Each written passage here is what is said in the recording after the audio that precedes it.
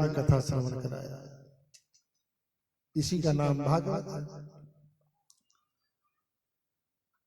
सौनक जी महाराज ने प्रश्न किया कि हे सूत जी महाराज, हमने सुना है कि सुखदेव जी महाराज जो है कहीं पर ठहरते नहीं, कहीं पर ठहरते नहीं, लेकिन परीक्षित जी को कैसी कथा सुनाए, वो भी 7-7 दिन तक।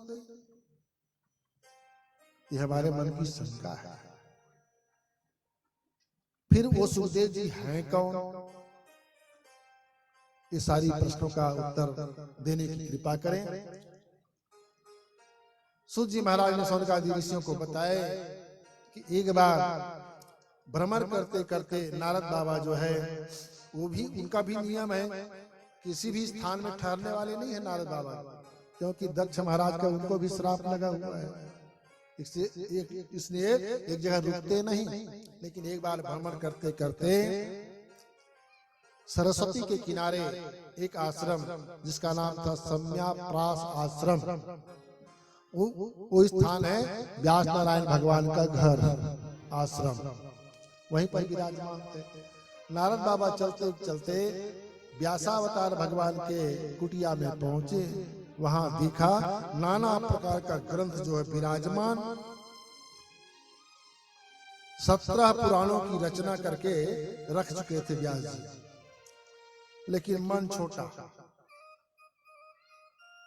मेरे भाई बहन ध्यान देना, एक छोटा सा कोई गाना लिख ले, अपने चारों तरफ पत्रिका छपवा देता है कि मैंने अमुक गाना बनाया, मैंने अमुक कहानी किस्सा लिखी, चारों तरफ प्रचार करते हैं। लेकिन व्यास नारायण भगवान जो 18 पुराण की रचना करके रखे, फिर भी मन उदास, किसी को बताए नहीं, मन उदास पड़ा है। इसी स्थिति में नारद बाबा जो है पहुंचे। उस ग्रंथों को देख करके नारद बाबा बड़े प्रसन्न हुए, कहे ना व्यास जी, इतना सुंदर आपके पास में कलाकृति बुद्धि है, जिसके कारण से ग्रंथों का निर्माण आपने किया है, लेकिन देख रहा हूं मन आपका बहुत छोटा दिखाई पड़ रहा है, क्या कारण है?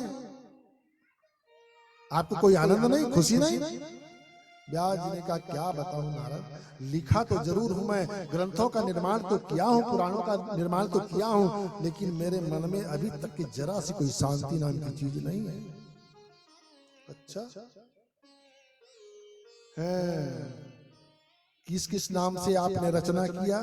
तो 17 पुराणों का नाम उन्होंने गणना करके बताया। नारद जी ने कहा, बहुत सुंदर बात, आपने दिव्य ग्रंथों का निर्माण तो किया है, लेकिन बहुत बड़ी एक कमी है इसमें। कहे क्या? आपने भगवान श्याम सुंदर बांके बिहारी, वृंदावन बिहारी की कथा आपने अभी तक नहीं लिखी है, इसलिए आपको शांति नहीं है, इसलिए भागवत की रचना करो। व्यास जी ने कहा, भागवत की रचना कैसे? ये भागवत मेरे को पता नहीं है, तो पूरा वृत्तांत बताओगे तब ना। नारद बाबा ने कहा, सुनो, ये भागवत का ही प्रभाव है, कृपा है, श्याम सुंदर की कृपा प्रभाव है कि मैं पहले कोई नारद वारद थोड़ी था जी, मैं तो एक ऐसा ही था। जो नारद दिखाई पड़ रहा है ना, वो भागवत भगवान की कृपा है, इससे पहले तो मैं एक साधारण व्यक्ति रहा। इस प्रकार से अच्छा कैसे उत्सुकता हो गई जानने की व्यास जी को, तो नारद बाबा से पूछा कि किस प्रकार से आपको प्राप्त हुआ यह भागवत जी, यह बताने की दया करेंगे।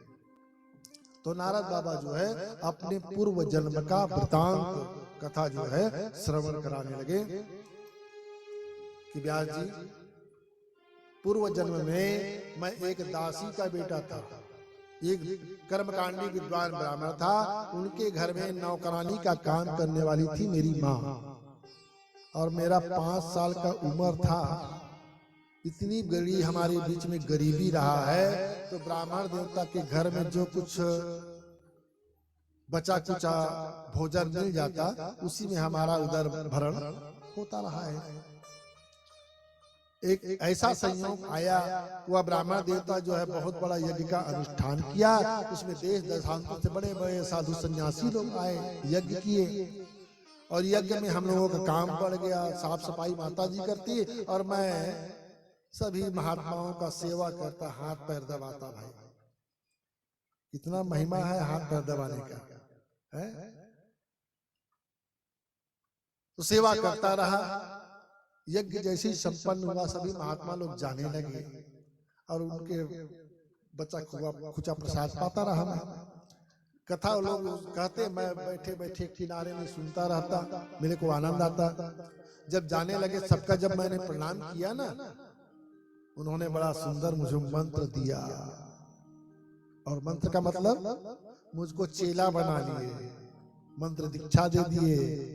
बेटा तू भगवान कन्हैया का जप मंत्र जो है ले ले और ग्रहण किया कर, श्री कृष्णाय नमः बोला कर, नामो भगवते वासुदेवाय कहा कर। ये मंत्र देकर के महात्मा लोग चले गए।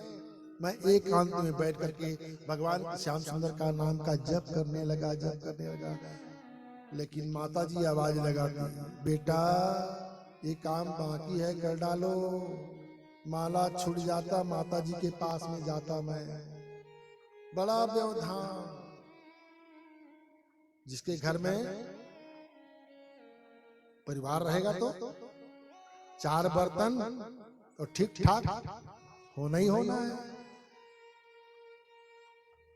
भगवान की जो है मैं तपस्या जब जो है ढंग से नहीं कर पाता था, चलते चलते एक समय आया, एक दिन माता जी जो है गाय दूहने के लिए गौशाला में गई।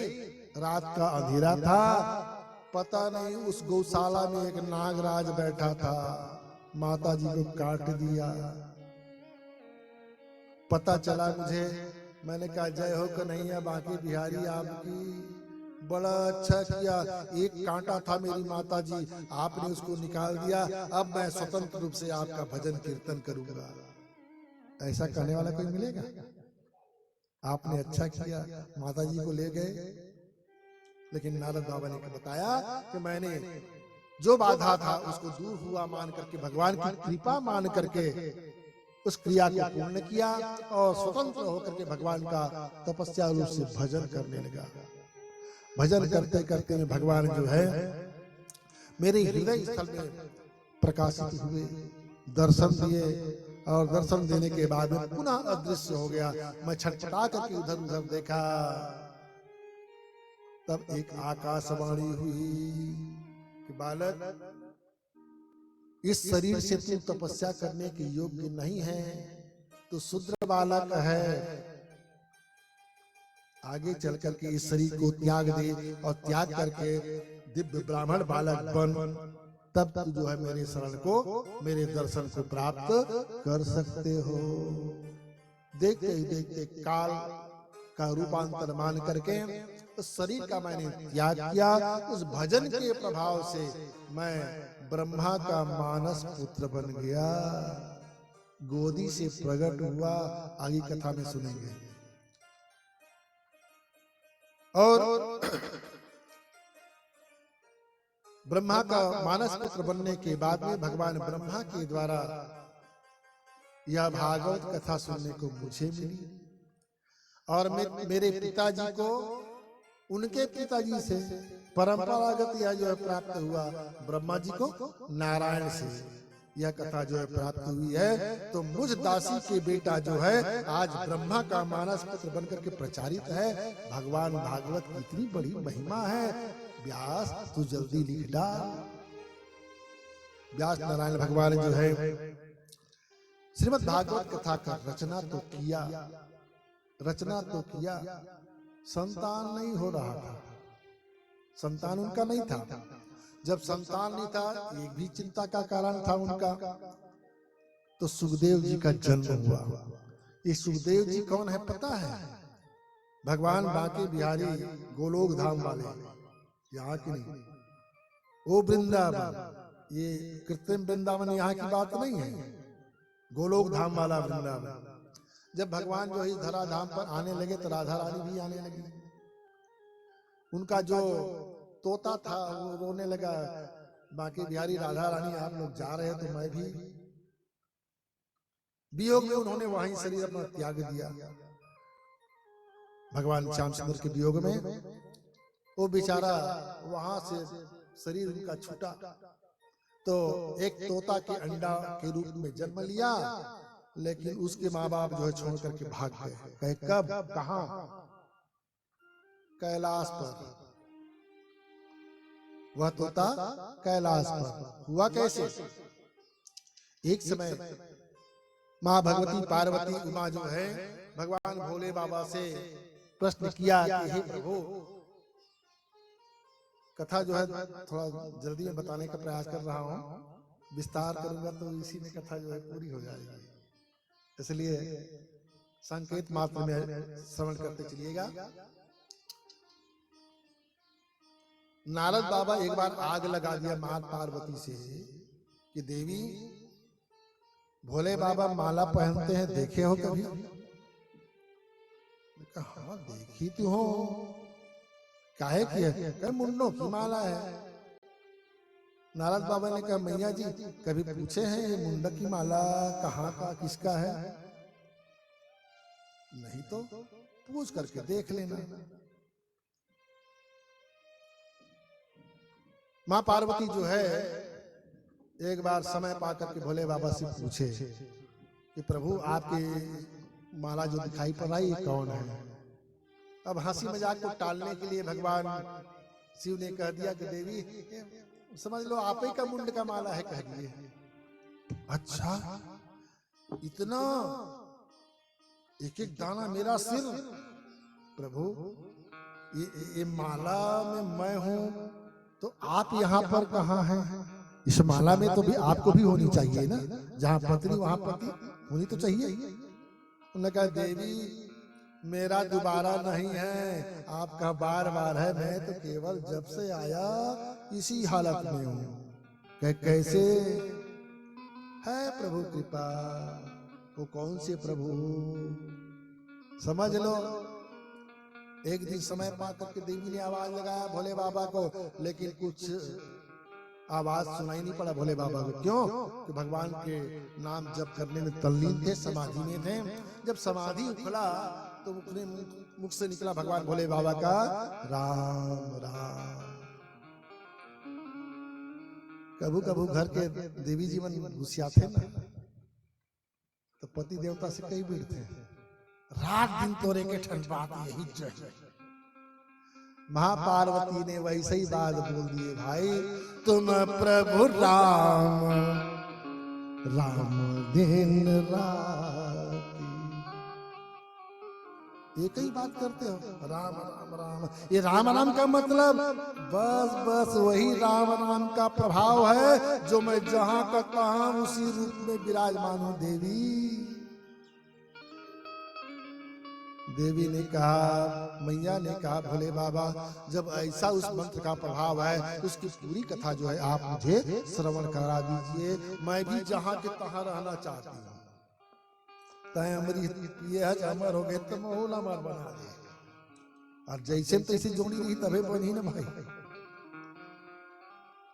लेकिन कभी कभी आजकल के कलयुग के अनुसरण मत करिए, जैसे पति देवता है तैसे तो हूँ मन। बड़ा गड़बड़ है आजकल के पति देवता में, कोनो ऐसे वाले कोनो ऐसे वाले हो गए ना गड़बड़। इससे सावधान भोले वृंदावन बिहारी लाल की। माँ पार्वती की बात को सुन करके भोले बाबा ने कहा कि देवी एक काम करो, हम उस कथा को आपको श्रवण कराएंगे। एक काम करो, इस स्थल को साफ सफाई कर दो, यह अमर कथा कोई दूसरा न सुनने पावे।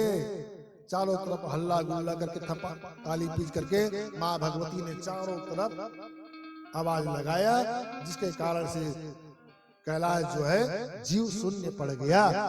अब भोले बाबा जो है कथा सुनाना शुरू। ये भागवत की कथा पहला स्कंद से लेकर के 10वें स्कंद की कथा पूरी सुने, 10वें स्कंद की कथा तक के भरपूर श्रवण किए। लेकिन बात नियम है, कथाकार कथा कहे ना तो जजमान को चाहिए हाँ महाराज जय हो। ये कहते रहना चाहिए, लेकिन तुम मत किया भाई, मैं ही कथन भुला जा है ना, उनकी बात है। तो माँ पार्वती से कहे कि आप हुंकारू भरते रहना, बीच बीच में बोलते रहना। अब भोले बाबा जो आंख बंद किए कथा शुरू। माँ पार्वती जो है कथा में हामी भरती गई, दसम स्कंद की कथा पूरी हो गई। हामी भर रहे हैं, हामी भर रहे हैं। जैसे ही 10वीं स्कंद की कथा पूरी ही, एकादश स्कंद ज्ञान वैराग्य की कथा, धर्म की चर्चा, भगवान की तिरोहित जाने की कथा जहां आई, माँ पार्वती मैया को निद्रा देवी आ गई, सो गई। और जैसे ही सोए और कथा जो है चलते चलते परीक्षित मोक्ष हो गए, लेकिन हुंकारू चलते हैं। और जैसे कथा विश्राम होते भोले बाबा चुप हो गए। माँ पार्वती की नींद तक खुल गए। पार्वती मैया ने कहा भोले बाबा भगवान का शादी ब्याह हुआ, उसके बाद में फिर क्या हुआ उसको आप नहीं बताए। ये लो, भगवान अपने धाम चले गए, सारी कथा हमने बताया, आप हुंकारू भरती रही ना। प्रभु क्या करूं, ये पापी निंदियन आ गई जिसके कारण से मैं सो गई, आगे की कथा नहीं सुन पाई। भोले बाबा ने कहा तो फिर हुंकारू कौन? तो मैं तो सो गई, तो हुंकारू कौन? लगता है कोई न कोई यहाँ है। पार्वती मैया ने कहा कोई तो नहीं था प्रभु। हाँ, एक बात मेरे से गलती जरूर हुआ है, एक तोते का अंडा पड़ा हुआ था, सरा गला हुआ, अब वही था, बाकी हम कुछ नहीं जानते। भोले बाबा ने कहा बस हो गया, कहे वो मरने वाला अंडा जीवित हो गया। देखो डगाली में तोता बैठे बैठे हुंकारू भर रहा था मेरे भाई। भोले बाबा ने कहा तो गड़बड़ हो गया, ये राम कथा कौन सुन लिया? एक साधारण तोता उठाया त्रिशूल, फेंका जोरों से, जा रहे त्रिशूल मार कर किया। बेचारा मारे डर के तोता भागना शुरू किया। भागते भागते भागते सरस्वती तट पर पहुंचा। व्यास जी के आश्रम, पत्नी का नाम पिंगला देवी। उसी समय अचानक उनको झंभाई आ गई, मुंह खुल गया। तोता बेचारा चारों तरफ तो भगा, लेकिन ठिकाना कहीं पर उसका नहीं था। जैसे ही पिंगला देवी का मुंह खुला कि बड़ा सुंदर गुफा, वह गुफा समझ करके वह तोता मुंह के अंदर, और जैसे घुसा झंभाई आना बंद।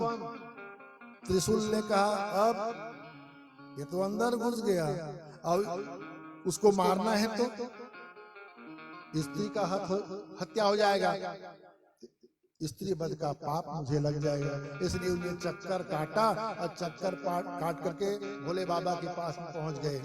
त्रिशूल, भोले बाबा ने पूछा त्रिशूल अपना काम आपने किया? गया था लेकिन नहीं कर पाया। तो कैसे? एक देवी के माँ के गर्भ में वह तोता घुस गया, इसलिए अब एक स्त्री का हत्या थोड़ी न करता भगवान। भोले बाबा हंसने लगे। त्रिशूल, अरे तेरा क्या रे, मेरा अधिकार नहीं है उसको मारने का, तू क्या मारेगा उसको? तो फोकट के काबर भटकवा है, दादा मुलाते चारों बड़े घुमवा देते हैं, है? जब तही नहीं मार सकता तो मोला काबर भेज दे रहे मारे बार? अमर कथा है। भोले बाबा ने कहा जिसने अमर कथा श्रवण कर लिया उसके मृत्यु जो है भगवान भी नहीं कर सकता। साधारण की बात कौन कहे? इसलिए अब उस पिंगला देवी के गर्भ में वह बालक तोता विराजमान कितने दिन तक? माँ के गर्भ में कोई बालक कितने दिन तक? 9 महीना, कोनो 10 और खर से ज्यादा। लेकिन जय हो, पिंगला देवी के गर्भ जो है 12 साल, कुछ पता नहीं, 13 साल कुछ पता नहीं, 14 साल, यहाँ तक कि 16 साल बीत गया हो फिर भी कोई पता नहीं। पिंगला देवी बेचारी परेशान, व्यास जी महाराज बड़े परेशान। अंत में कहना पड़ गया, अरे बेटा क्या कर रहा है? माँ के गर्भ में बैठे बैठे निकल बाहर। माँ को कष्ट हो रहा है, तेरे को पता नहीं? अमर कथा सुना हुआ बालक ने पेट के अंदर से आवाज दिया, पिताजी मुझे बाहर नहीं आने का, इससे सुरक्षित गुफा कहीं और मिलने वाला नहीं है। बेटा तेरे माँ को कष्ट हो रहा है रे, तू बाहर आ जा बेटा। बार बार कहने पर अंदर से बालक ने कहा, पिताजी एक बात है, मेरे को कोई वादा करे तभी मैं बाहर आऊंगा। कैसे? ये सांसारिक माया जो है मेरे सिर पर ना आने पावे, मेरे को माया न सतावे, तभी मैं बाहर आऊंगा, अन्यथा आने वाला नहीं। व्यास जी ने कहा ये मेरे बस की बात नहीं, तो किसके बस में है? अंदर से बालक ने कहा, भगवान से बोलिए पिताजी, भगवान कहीं वचन कर दें कि मेरे आपके ऊपर में माया नहीं आएगा, तब मैं बाहर आने के लिए तैयार हूं। व्यास नारायण जो है भगवान कन्हैया का किया ध्यान, जिसके कारण से भगवान प्रसन्न हुए और आकर के बोला, बालक तू बाहर आजा, तेरे ऊपर मेरी माया जो है प्रविष्ट नहीं होगा। तब भगवान के कथनानुसार फिर समय पर आकर के वह बालक जो है माँ के गर्भ से बाहर आया, और जैसे ही आया बाहर, क्या पूछना है, कै साल के लिखा गया? 16 साल के। वो लड़का झमर नार फूल अपन लपेट के धर ली, अब खाना में लाद ली चपड़। बोले वृंदावन बिहारी लाल की। और खाने में डाल करके निकल गए जंगल की ओर। का के दाई का के दादा, बेटा की सुख लड़ पाए और नहीं पाए, बराबर नहीं होगी क्या? व्यास नारायण ने कहा कि बेटा कहाँ जा रहा है? रुक तो जा बेटा, रुक तो जा बेटा, सुन तो ले, सुन तो ले, सुन तो ले। काला को थिन काला 9 2 11। सुखदेव जी महाराज आगे निकल पड़े।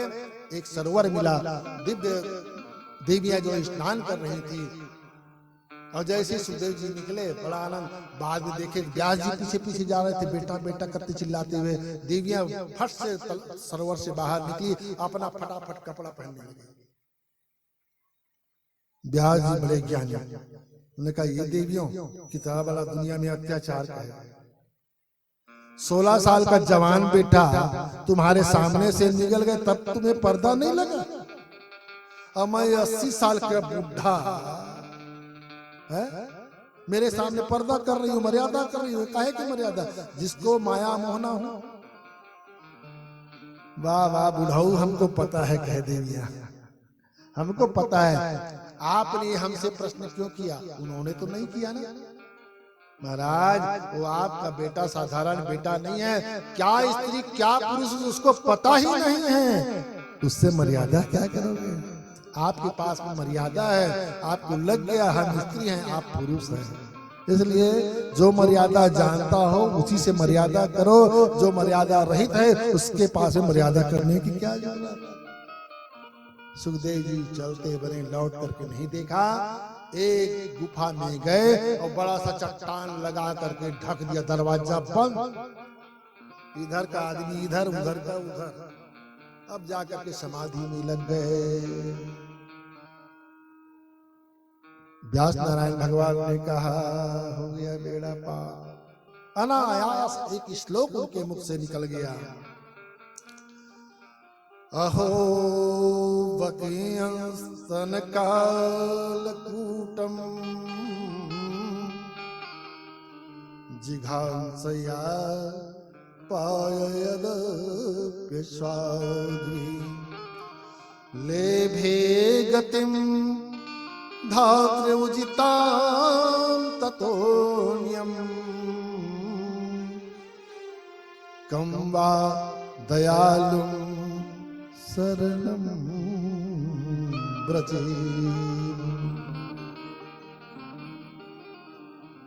जैसे ही श्लोक बोला व्यास नारायण भगवान का, हे भगवान आप जैसे दुनिया में कोई दयालु नहीं है। व्यास जी ने इस श्लोक का अर्थ में कहा, हे भगवान, कम्बा दयालु शरणम ब्रजेम, आप जैसे बढ़कर के दयालु कोई नहीं है। कैसे? बकासुर की बहन, नाम क्या थी?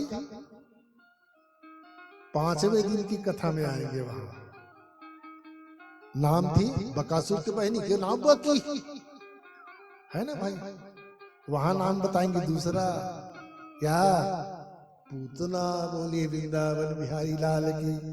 ये पूतना जो है बकासुर की बहन है। वो भगवान के पास में क्यों आए पता है? भगवान को मारने के लिए। लेकिन वाह हो कन्हैया, जय हो आपको। आपको मारने वाली पूतना को आपने माता से भी उत्तम गति दिया। आपसे बढ़कर के दुनिया में दयालु कौन है? आप जैसे दयालु के शरण को छोड़ करके दूसरे के शरण में हम कैसे जाएं प्रभु? ये श्लोक का भाव। जैसी कान में पड़ा, कपाटा खुल गया। बड़ा कपाटा, कपाट नहीं कपाटा, बड़ा पत्थर लगा हुआ था दरवाजे पर। दरवाजा खोल करके सुखदेव जी बाहर निकले। क्या पिताजी ये जो बोले हैं आप उसको एक बार और सुना दीजिए। व्यास जी ने कहा, बेटा ये तो एक ठने रे, ऐसना ऐसना न गंजाए हवे खरी। कितना?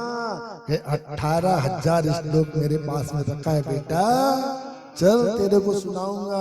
आश्रम में यहाँ नहीं, समय का अभाव है, चल मेरे साथ। जाकर के सुखदेव जी महाराज को 18,000 श्लोक वाला श्रीमद् भागवत की कथा जो है श्रवण कराए। व्यास जी महाराज के मुख से सुन करके सुखदेव जी महाराज जो है पुनः विरक्त होकर के वहां से निकल पड़े और किसी स्थान पर रुकने वाले नहीं। बाद में आज ही पहुंच जाएंगे कथा सुनाने के लिए। परीक्षित जी महाराज को गंगा घाट पर पहुंचेंगे, है ना भाई? इस प्रकार से तो भागवत की कथा कहां से शुरू हुआ यह बताएंगे, लेकिन एक छोटा सा कीर्तन के बाद। बिहारी लाल की जय। कथा सुना रहे पार्वती को शिव शंकर भगवान।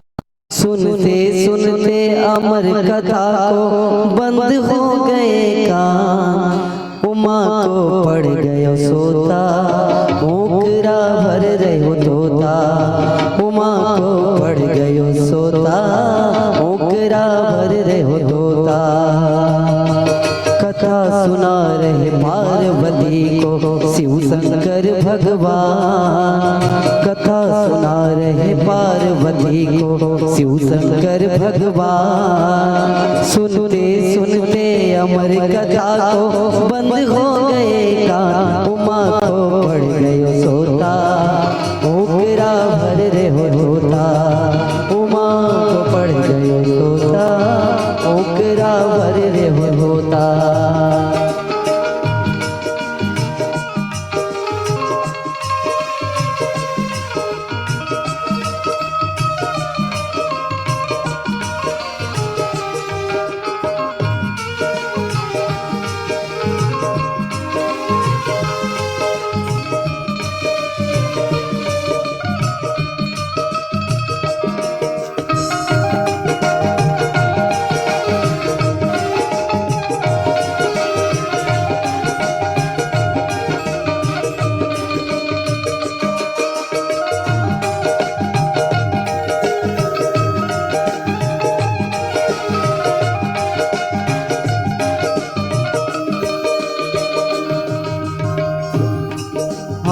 चल उठी थी गौरा शिव शंकर से बतराई।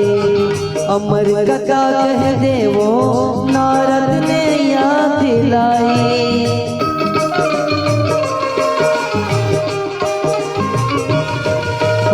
चल उठी थी गौरा शिव शंकर से बतराई। अमर कथा कह दे वो नारद ने याद दिलाई। अमर कथा के सुनते ही, अमर कथा के सुनते ही कट जाए पाप भगवान। गर्भ का कोई गया न कोटा, उमा को पड़ गयो सोता। कथा कह रे पार्वती को, शिव शंकर भगवान उमा को पड़ गयो सोता। मोकरा भर रे हो तोता। कथा सुना रहे पार्वती को शिव शंकर भगवान। कथा सुना रहे पार्वती को शिव शंकर भगवान। सुनते सुनते अमर कथा को बंद हो गए का, उमा को बढ़ गयो सोता। मोकरा भर गयो सोता, उमा को बढ़ गयो सोता। मोकरा भर गयो सोता, उमा को बढ़ गयो सोता। मोकरा भर गयो सोता, उमा को बढ़ गयो सोता। मोकरा भर गयो सोता। बोल शंकर भगवान। सीताराम सीताराम सीताराम सीताराम, राधे श्याम राधे श्याम राधे श्याम।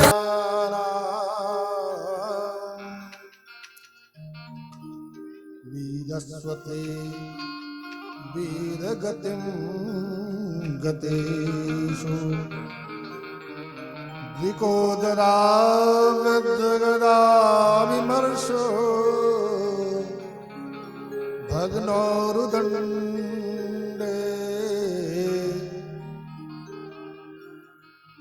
धृतराष्ट्र पुत्रः।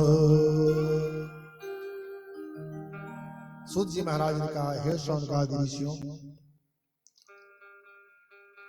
राकेश बाबू इस भजन को पहले गा दिए होते तो अच्छा था, पहले काहे नहीं गा गए? लंबा चौड़ा हम अभी कथा बताए, इसको बताने की जरूरत ही नहीं पड़ता। आपके भजन में ही पूरी कथा है ना? लेकिन चलो अच्छा बात है, हम कथा बताए तो आप गायन के रूप में बता दिए, दोबारा रिपीट हो गया है नहीं? बोलिए वृंदावन बिहारी लाल की। सूत जी महाराज ने कहा, श्रीमद् भागवत की कथा प्रारंभ करें कहां से? महाभारत के अंश से। महाभारत की अंतिम घटना।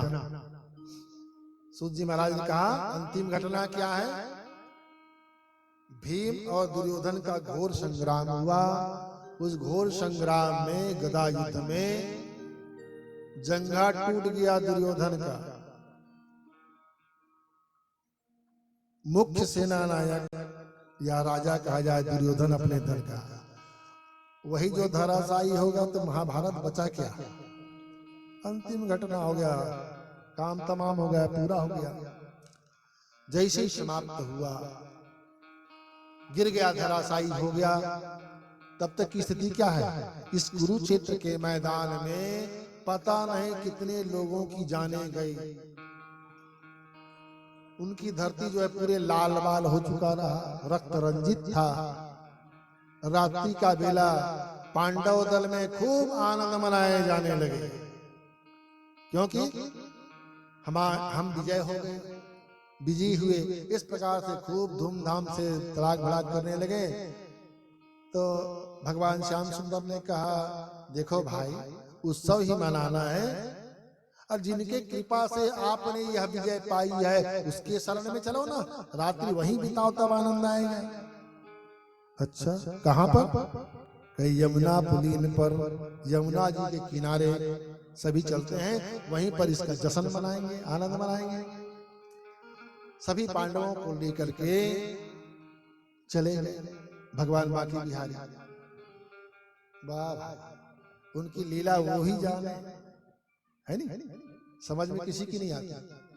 इधर कौरव दल में शांति विराजमान, जो बाकी है यत्किंचित, रोना गाना चिल्लाना यही तो चल रहा है वहां। अश्वत्थामा को पता चला शिविर में लौट करके दुर्योधन नहीं आया, लगता है वो भी आज, लेकिन इतना जल्दी नहीं मर सकता। जब तक कि मुझसे मुलाकात नहीं होगा, अपनी अंतिम इच्छा व्यक्त नहीं करेगा, तब तक इसकी मृत्यु नहीं हो सकती। अंधेरा, लाशों के ढेर के ऊपर में सुनसान स्थिति पे बड़े बड़े हिंसक प्राणी जो है उस समरांगण में भ्रमण कर रहे थे, मांस नोच नोच करके खा रहे थे। उस स्थिति में अश्वत्थामा जो है दुर्योधन को खोजने चला। ढूंढते ढूंढते अब रात में दिखे तब ना, लेकिन आवाज आई, आह आह, दर्द के से करा रहा था दुर्योधन। उस आवाज की दिशा में भ्रमण करते हुए अश्वत्थामा पहुंचा, मिला दुर्योधन, गोदी में उठा लिया। भैया तुम्हारी यह दशा क्या बताऊं मैं, कि बस हो गया जो होना था, कह दुर्योधन। अब तो मेरा अंतिम स्थिति है, केवल तुमसे मुलाकात करने के लिए मेरा प्राणवायु रुका है, अब बस जाने की है। लेकिन मेरे को अंतिम दुख रहेगा क्या? मर जाऊंगा फिर भी मुझको दुख छोड़ने वाला नहीं है।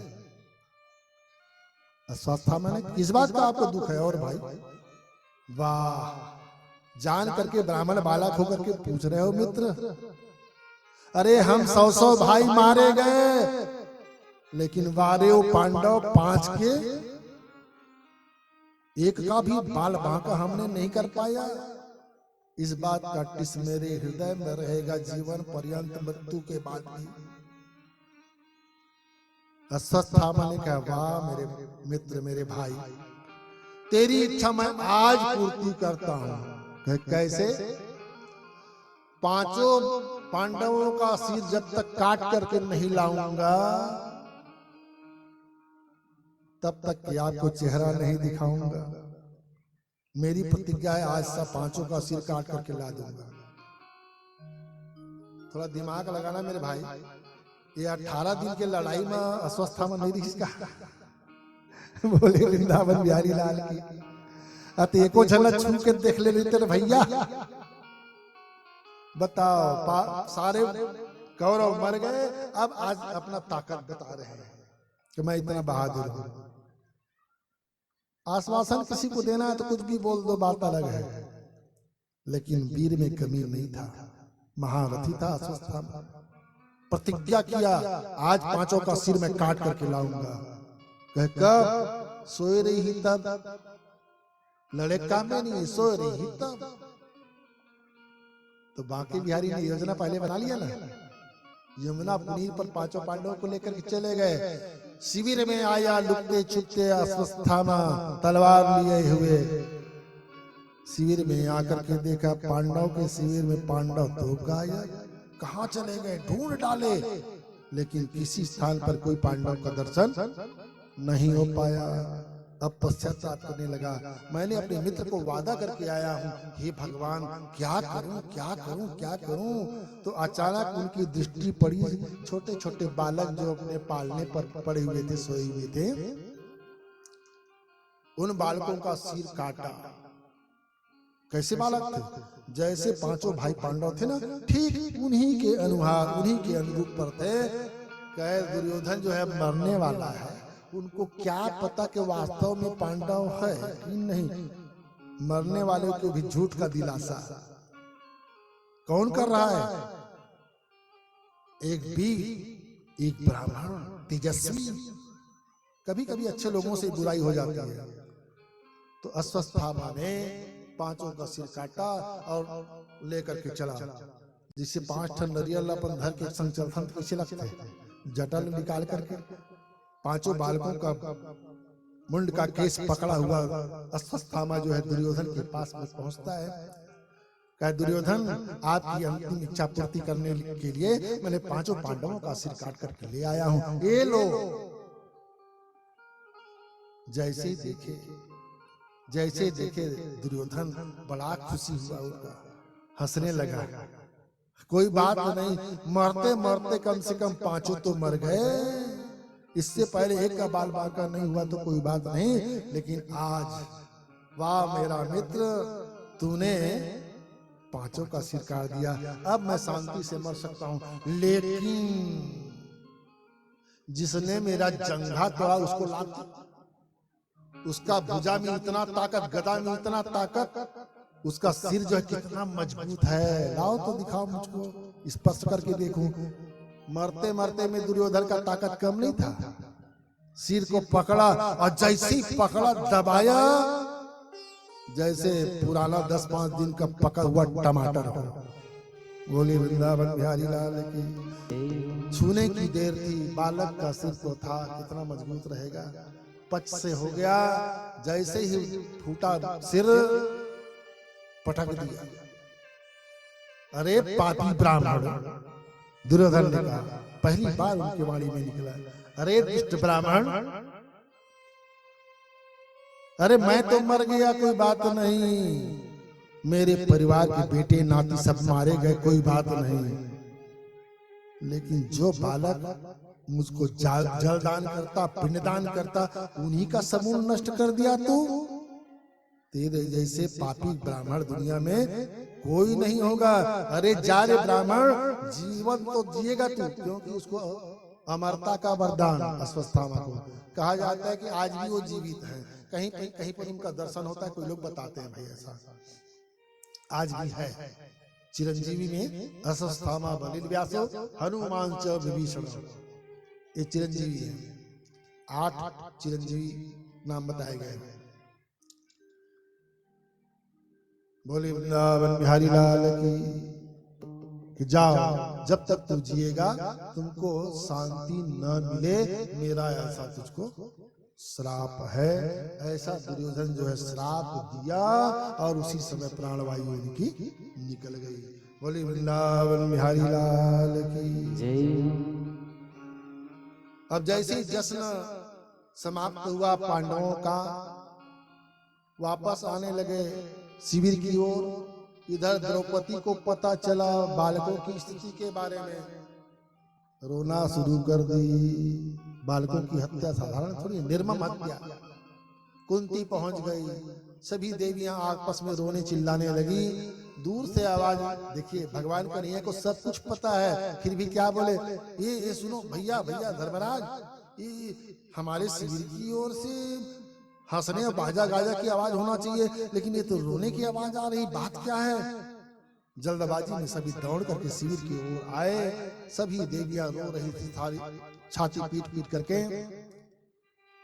जानकारी प्राप्त हुआ कि बालक की हत्या हो गई। धनुष बाण उठा करके गांडीधारी अर्जुन खड़ा हुआ। किसने किया ऐसा कर्म, कौन हो सकता है, दुश्मन के शिविर में कौन जीवित है। पता चला कि केवल एक ही है। वो कौन, अश्वत्थामा। तैयार होकर के रथ लेकर के गांडी धारण करके अर्जुन जो है चला ढूंढने अश्वत्थामा को।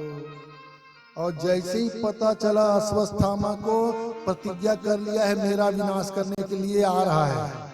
कौन, अर्जुन। भागा बेचारा। जब भागने लगा, कब तक भागेगा, गांडीधारी के घेराव से बचने वाला नहीं। अंततः अश्वत्थामा पकड़ा गया, पकड़ में आ गया। लेकिन विचित्र बात यह है कि अर्जुन ने इसको नहीं मारा, बाण छान करके ले आया। सोचा कि अपराधी तो मेरा भी है, लेकिन वास्तव में अपराधी संतान के ऊपर किसका ज्यादा हक है, माताओं का। इसलिए माताओं को मुझसे ज्यादा अधिकार है, इसलिए उसी के पास ले चलूं। ऐसा करके घसीटते हुए अश्वत्थामा को द्रौपदी के पास में ले आया। और द्रौपदी के पास में लाए, देवी ये तेरा अपराधी सामने। द्रौपदी मैया ने देखा, अरे गजब हो गया, मेरा बेटा तो मारा गया, कोई बात नहीं, लेकिन इनकी माता जो है पश्चाताप न करे। और उसमें भी ये ब्राह्मण है। ब्रह्म बंधुर हंतव्यम, ब्राह्मण बालक को कभी नहीं मारना चाहिए। देवी द्रौपदी ने कहा, प्रभु मेरे अनुसार तो इसको मारना नहीं चाहिए। अर्जुन ने कहा नहीं नहीं मारना चाहिए। भीम ने कहा नहीं, तू दोनों नहीं मारना है तो मत मारो, लाओ मैं इसको छोड़ने वाला नहीं। भीम पकड़ लिया। तब भगवान श्याम सुंदर कहने लगे, ना ना ना ना, ये भीम भैया ऐसा मत करो, ब्राह्मण को ऐसा नहीं। ब्रह्म बंधुर हंतव्यम ब्राह्मण वालों को कभी नहीं मारना चाहिए। अच्छा, भीम ने कहा हमारे बालक को मारे तो मारे, हम ब्राह्मण को छोड़ दें। लेकिन भगवान ने एक बात और कह दिया, आतताई बधार, अत्याचारी ब्राह्मण को छोड़ना भी नहीं चाहिए। बात एक ठन है दूठन राम सिंह भैया, ब्राह्मण न मार तक दे और झन तक मारे, ये भगवान ने दूठन बात बोला फिर देता।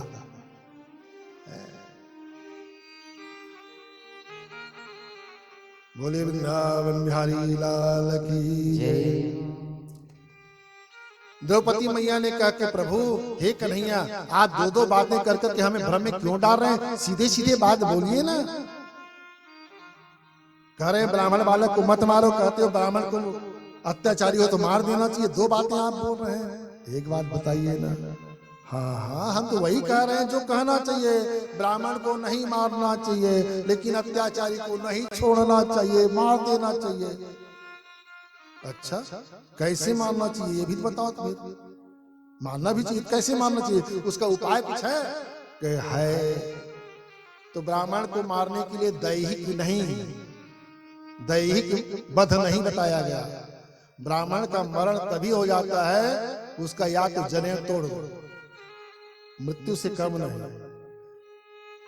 एंटीना लगा है पीछे, इसको काट दो, ब्राह्मण की हत्या हो गई।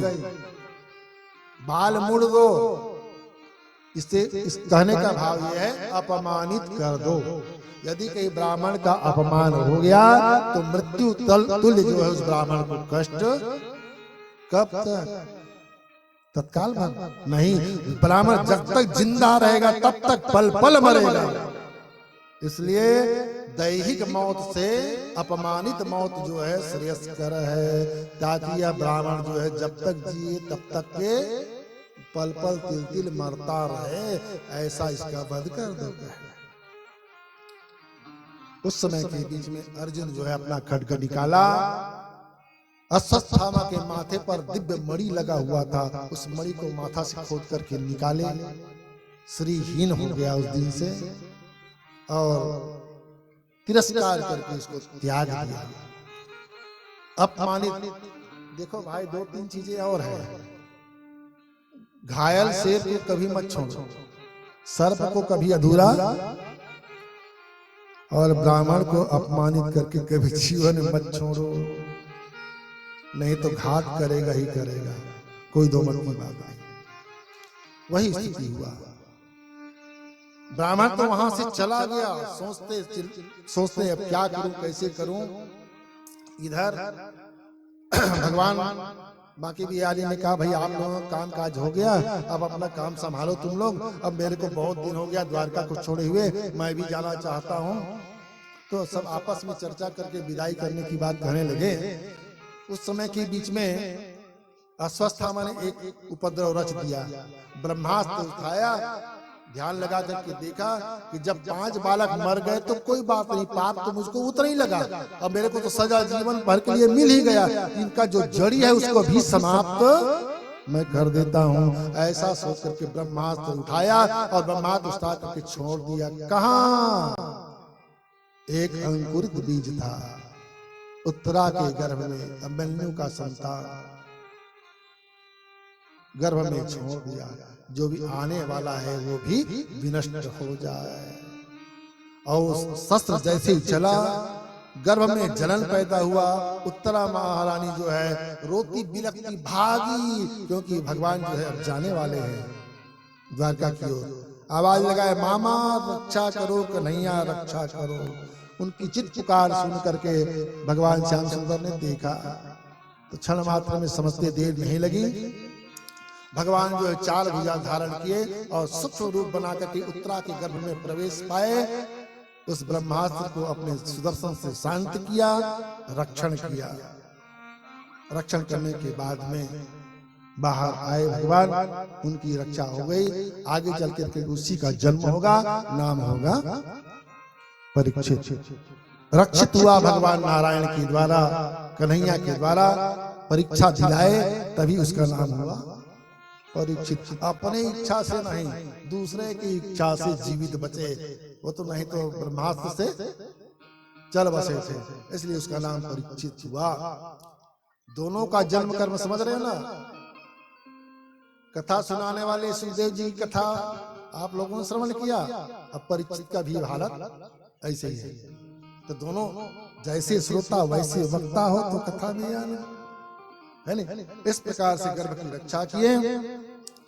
अब जब बात आई तो इधर हाथ जोड़ करके माँ कुंती जो है, उत्तरा आदि के ने सबने हाथ जोड़ करके भगवान श्याम सुंदर से प्रार्थना की। प्रार्थना सुन करके भगवान ने कहा कि माता जी आप तो भुलाया नहीं जा सकता, हे बुआ जी आप शांति से विराजमान हो, आगे के कार्य काज संभालो, हम जाने की अनुमति दो। लेकिन माता जी एक बात है, आप जो है चलते चलते में हमसे कुछ मांग लो। कुंती मैया ने कहा ठीक है, आप वरदान देना चाहता है तो दे दीजिए। क्या चाहती हो बुआ, मांग तो लो। कि कन्हैया हमको जीवन भर केवल एक ही बात मिलता रहे कि हमारे जीवन में सुख नाम की चीज ना आवे, केवल दुख ही दुख आवे। दुनिया में शायद ऐसा पहला वरदान है मेरे ख्याल से, ऐसा वरदान कोई दूसरा आज तक के नहीं मांगे। हम लोग 2 पैसे की अगरबत्ती लेकर के और नारियल लेकर के जाते हैं, भगवान सुख संपत्ति घर आवे, कष्ट मिटे तन का। 2 अगरबत्ती में सब कुछ मांगने के लिए तैयार है, और जिसका सब कुछ है वो कुछ नहीं मांग रहे हैं, दुख मांग रहे हैं। कहे क्यों?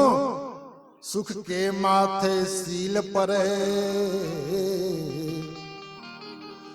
जो हरि ही से जाय, बलिहारी वा दुख की, जो पल पल नाम जपाए। बोली वृंदावन बिहारी लाल की। है ना भाई, सही बात है कि गलत है? बने बने माँ कखरो सुरता नहीं आवा। जीवन बाबू आते सुरता क्या नहीं आवा, और जरा तकलीफ हुई था, हे राम हे भगवान का पाप करे हो दादा, पाप ल जाना थन तब वो किथन हम है ना भाई। अते भारी मूल दुख काबर देव था, और वो कारण हम ही हम ना। ये है हम लोगों का हालत जीव का। इसलिए मेरे भाई बहन वास्तव में बलिहारी बात दुख की, पल पल नाम जपाए। रात भरे नींद नहीं आता दुख दर्द के मारे, तो रात भर आप राम राम कृष्ण कृष्ण आदि नाम जो है जप करते रहेंगे। इसलिए अच्छा तो वह दुख है जिसमें भगवान का नाम पल मात्र के लिए नहीं छूटता। इस प्रकार से भगवान जो है निरूपित किए। धर्मराज जी को सिंहासन पर बिठाए, और सिंहासन पर बिठाने के बाद में कहा धर्मराज तू राज कर, अब हमको आज्ञा दे भैया चलते हैं। कन्हैया लेकिन मेरे को जानकारी नहीं है राजपाट कैसे करते हैं, इसलिए कुछ ज्ञान बता दीजिए किस प्रकार से राजपाट चलाएं, तब हम आगे चलेंगे। उन्होंने कहा अच्छा, अरे हमसे बड़े तो भैया और बैठे हैं, उनसे पूछो ज्ञान की बात, हमसे क्या पूछ रहे हो? कहे कौन? अरे सबके बाबा भी हवे भैया, ओकरे में चलो चली पितामा जी के पास में। पितामा जी के पास में किस स्थिति में पता है? अच्छा सा आसन बिस्तर लगा हुआ है, विरोचित बाण की सैया पर। भगवान सूर्य नारायण उत्तरायण की ओर आए तब अपना प्राण त्यागे। इच्छा मृत्यु का वरदान से प्राप्त हमारे पितामह भीष्म जी को बाण की सैया पे समरांगर पर पड़े हुए हैं। भगवान श्याम सुंदर जो है धर्मराज आदि को लेकर के भीष्म जी के पास में पहुंचे। भगवान नाम जाप करते हुए भीष्म जी विराजमान।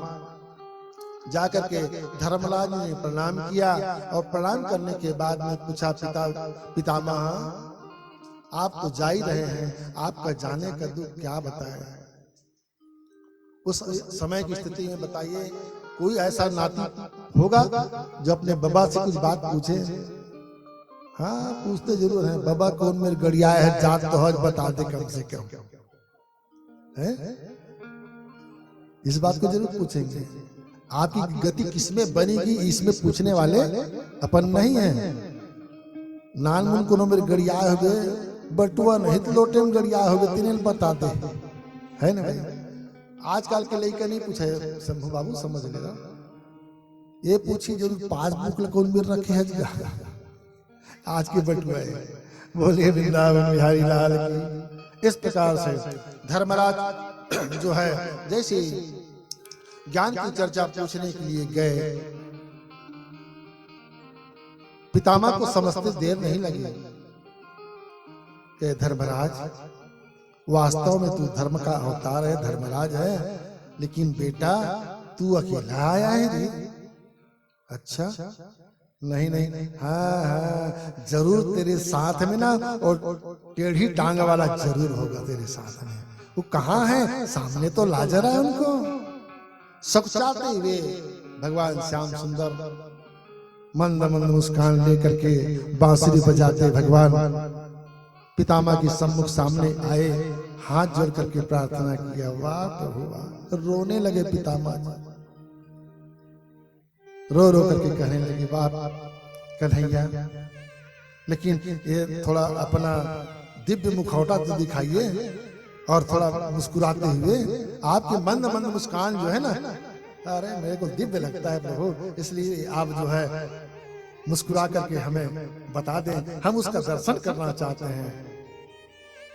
भगवान श्याम सुंदर जो है मंद मंद मुस्कुराते हुए दर्शन देने लगे और इधर आंसू की धारा जो है पितामह की आंखों से चलने लगा कि वाह कन्हैया, आपसे बढ़कर के भक्त वत्सल दुनिया में कौन होगा क्या? सारी दुनिया में अपनी प्रतिज्ञा की रक्षा के लिए लोग जो है अपना जीवन का दान कर जाते हैं, लेकिन वाह कन्हैया मेरी प्रतिज्ञा की रक्षा के लिए आपने संकल्प किया था कभी कुरुक्षेत्र के मैदान पे मैं हथियार नहीं उठाऊंगा, लेकिन मेरी भी प्रतिज्ञा थी कन्हैया जब तक कि आपको हथियार नहीं उठवाऊंगा तब तक कि मैं भी पितामह नहीं।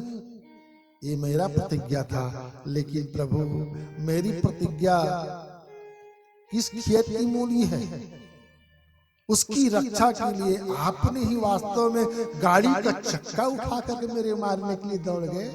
कम्बा दयालु शरणम प्रजेमो, आपसे बढ़कर के कौन दयालु होगा प्रभु?